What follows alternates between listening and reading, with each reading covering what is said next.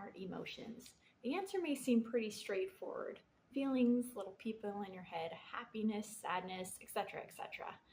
But what does the nitty-gritty look like? Where do they come from? And what does that mean for our writing? I'm A.M. Johansson, sci-fi fantasy author and master of human development and family studies. And in this video, we'll dive into the first of the 4 components of emotion, the trigger. We'll explore how you can use triggers to plot stories, convey characters, and connect with readers. And with that, let's go. First, what triggers emotions? Emotions are always caused or triggered by something, and that something almost always has to do with a character's well-being and values. It is in this way that their actions and reactions are linked to their emotions. Sometimes triggers are external, like another character's actions or something in the environment. Sometimes the trigger is internal, from thoughts or from biological elements such as lack of sleep, food, drink, hormones, chemicals interacting with the body, etc. The trigger can also be from the past, the present, or even an anticipated future. Understanding the trigger is about understanding what is contributing to your character's current state. And as you can tell, there are a lot of factors to consider. I find lists like these useful for brainstorming when I feel disconnected from my character, or when I'm tackling writer's block.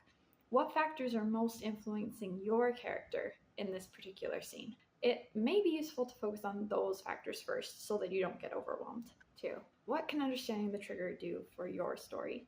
Understanding what the trigger is and how your character reacts is important for several reasons.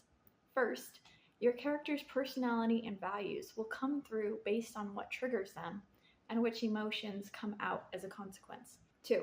The actions your characters take, aka the plot, will be built off of these values and emotions. 3. Readers' emotions can also be triggered, both by your character's emotions and by how you write those emotions. I'm planning to talk more about numbers 2 and 3 in future videos, but for now, let's jump further into number 1. One of my favorite examples of triggers is in Harry Potter number 5. All throughout the book, Harry is grappling with really strong emotions, some of which may seem irrational to readers, and which tend to push him away from his close friends and other supporting characters. But the author does an excellent job of laying out breadcrumbs of where Harry's emotions are coming from, or his triggers.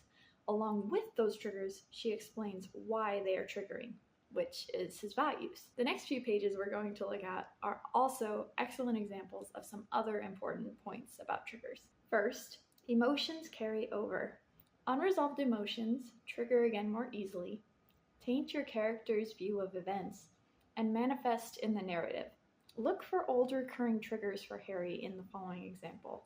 How are they manifesting in the narration? Second, many triggers and many emotions can be in play at the same time, which is also very important to keep in mind. Let's see what triggers are present in this section of Harry Potter. For this, we're starting on page 7, halfway down the page.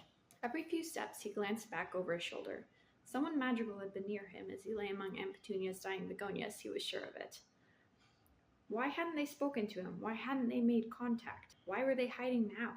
And then, as his feeling of frustration peaked, his certainty leaked away. So here we've got our first trigger, and you kind of have to watch close for this one. It's in those first sentences. Why hadn't they spoken to him? Why hadn't they made contact?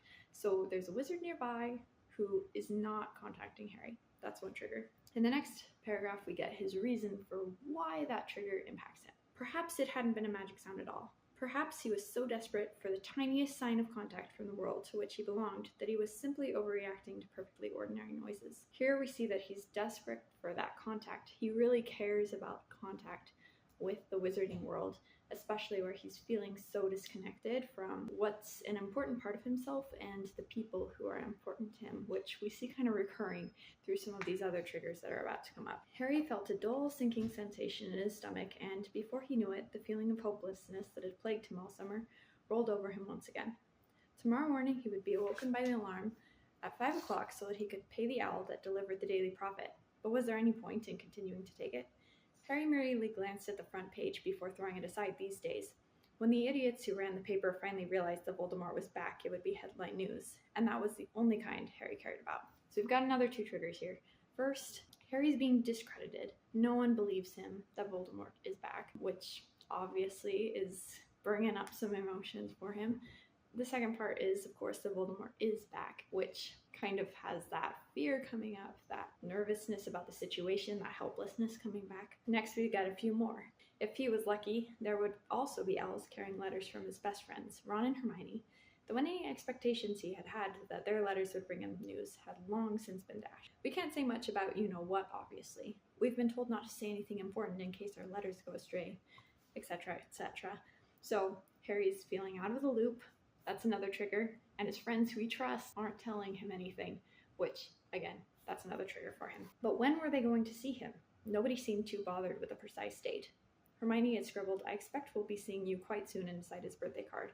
But how soon was soon? Again, not in the know. He's wondering if the others even care. He's in a lot of uncertainty at the moment, which is yet another of those triggers. And this last one is a big one. And what were Ron and Hermione busy with? Why wasn't Harry busy? Hadn't he proven himself capable of handling much more than they? Had they all forgotten what he had done? Hadn't it been he who had entered that graveyard and watched Cedric being murdered and been tied to that tombstone and nearly killed? Don't think about that, Harry told himself sternly for the 100th time that summer.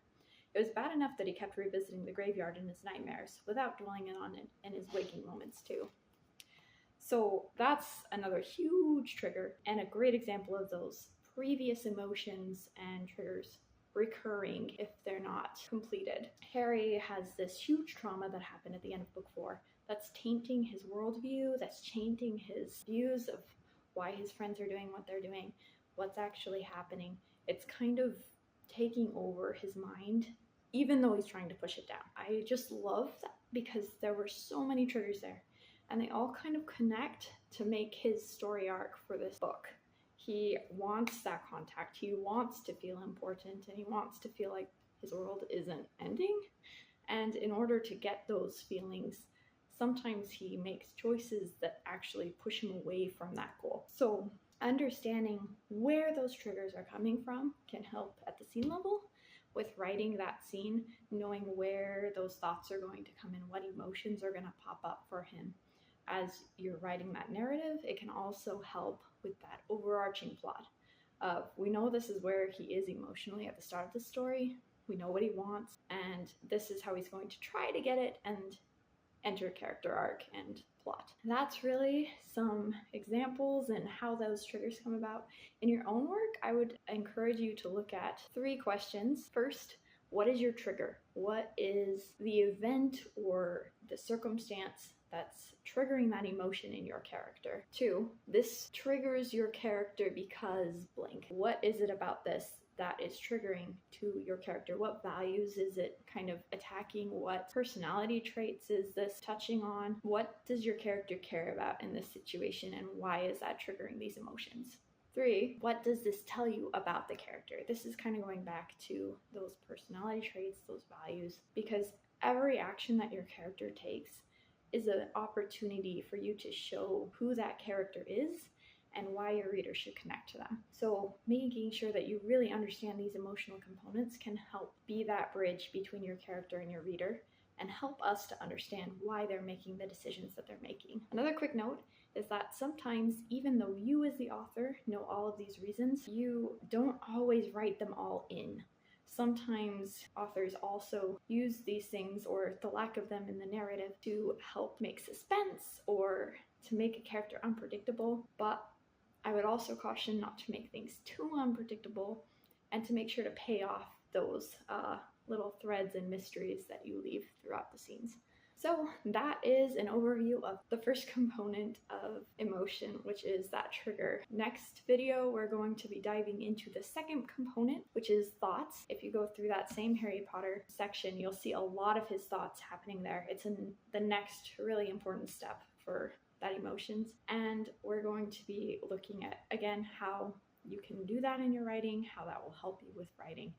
And then we're going to be doing the next 2 steps in another video. Again, all of these kind of come together, but looking at them separately can help us to pick apart exactly how we want to put them into our work. So remember, triggers can come from just about anything, external, internal, all of those, but many can be in play at once, and all of them show what is important to your character.